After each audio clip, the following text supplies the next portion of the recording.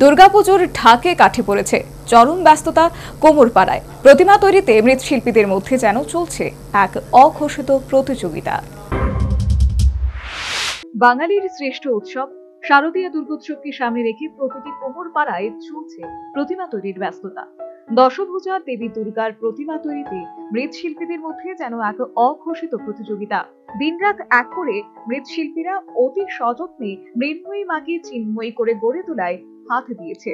উত্তর জেলার ধর্মনগর শহরে এই বছরও উঁচু ও মনোমুগ্ধকর দুর্গা প্রতিমা তৈরি করছেন স্থানীয় শিল্পীরা। কৃষ্ণপুর জোর কালভার্ট এলাকায় অভিজ্ঞ মৃৎশিল্পী রতন পাল জানান, প্রায় 15 বছর ধরে তিনি এই পেশায় যুক্ত। এবছর তিনি প্রায় 25টি দুর্গা প্রতিমা তৈরি করেছেন, পাশাপাশি বিশ্বকর্মা ও মা মনসার প্রতিমাও করছেন। এবং এই বছর তার সর্বোচ্চ প্রতিমার দাম 75 থেকে 80,000 টাকা হলেও সবগুলি আগেই বুকিং হয়ে গেছে।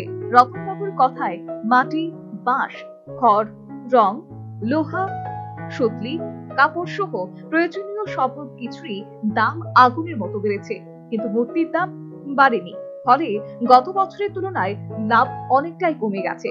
তিনি আরো জানান, তার তৈরি প্রতিমা ধর্মনগর মহকুমা ছাড়াও পানিসাগর মহকুমার বিভিন্ন এলাকায় বিক্রি হয়ে থাকে। তবে ক্রমবর্ধমান দ্রব্যমূল্যের চাপে নবপ্রজন্ম এই পেশা থেকে মুখ ফিরিয়ে নিচ্ছে। প্রায় 25 সেটের মতো বিল করব। হ্যাঁ, আর বিশ্বকর্মা 60-70 টাকা। দুর্গা সব বুকিং হয়ে গেছে। বিশ্বকর্মা অর্ডার চলে এখনো। লাভের পরিমাণ তো তেমন একটা নাই, আর কাজ করি আর অন্যান্য বছরের তুলনায় তো জিনিসটির যে আমরা কিনি এটা তো রেট বাড়ছে, ঠিক আছে। এই হিসাবে মূর্তির রেটটা একটু বাড়ে না। কারণ বলতে অত পার্টিরা চান্দা উঠে না, হ্যাঁ, বাজেট কম, ওই রকমই সমস্যা। তো মূর্তি তৈরিতে হয় আপনার খের, বাঁশ, সুতলি, লোহা, তারপরে আপনার মাটি তো আছেই। হ্যাঁ, এটি সব কিনতে লাগে।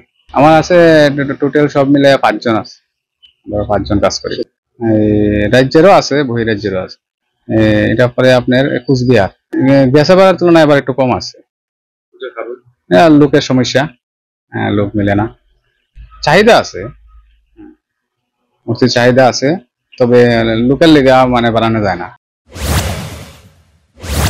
সেই সাথে তিনি দুঃখের সাথে জানান, এত বছর কাজ করেও কোনো সরকারি সহায়তা পাননি তিনি। রতনবাবুর দাবি, সরকার যদি পাশে দাঁড়ায় তাহলে কারখানাটি বড় করে আরো কারিগর নিয়োগ দিয়ে প্রতিমা নির্মাণ বাড়ানো সম্ভব হবে, আর এর মাধ্যমে কর্মসংস্থানের সুযোগও তৈরি হবে।